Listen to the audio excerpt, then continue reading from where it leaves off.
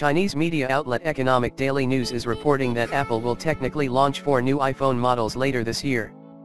As expected, there would be worldwide taking a look back at another week of news from Cupertino.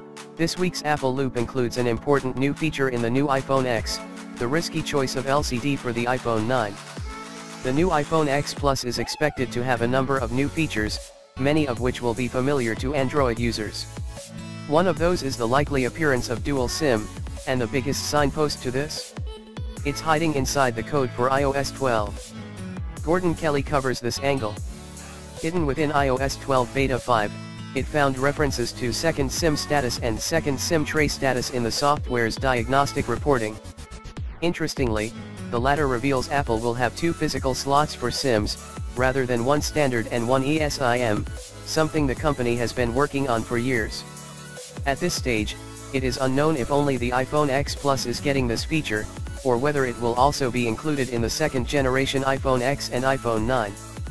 Given a second SIM takes up more space, I suspect it could be an iPhone X Plus exclusive. Why is the LCD screen for the presumptively named iPhone 9 causing production delays, as reported last week?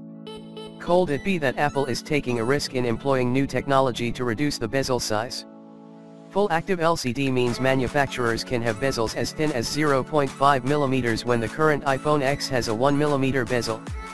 It states that mass manufacturing of full active LCDs has a very high failure rate, and this has impacted iPhone 9 production to the extent it may delay the launch until from September to November. A hold-up which was already leaked earlier this week. For my money though, a full active LCD iPhone 9 would be well worth the wait. We still aren't really sure what Apple plans to call any of these phones. Some publications have colloquially adopted the name iPhone 9 for the 6.1-inch model. This is because it is expected to be a cheaper entry set to be the iPhone 8 successor. However, Apple plans to retain most of the iPhone X design in this significantly cheaper offering. The LCD iPhone will have slim bezels and a notch just like the iPhone X, eschewing a Touch ID home button for Face ID. Personally, I struggle to believe that Apple will use the iPhone 9 marketing. I think they will want to associate the 6.1-inch phone to the grandeur of the iPhone X as much as possible, given the likeness. To keep prices down, some features will not carry over, like the stainless steel band in the chassis, the rear dual camera system, and it might lack a 3D touch pressure sensitive screen, too.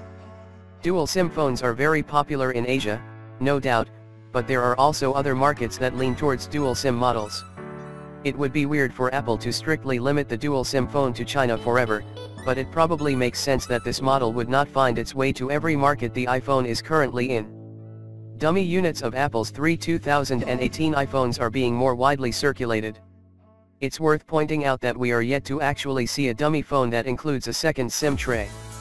Some have speculated that one of the SIMs will be an integrated Apple SIM, so there would only ever be one physical tray in the casing. Apple is expected to announce its 2018 iPhones in about a month's time, with an early September media event.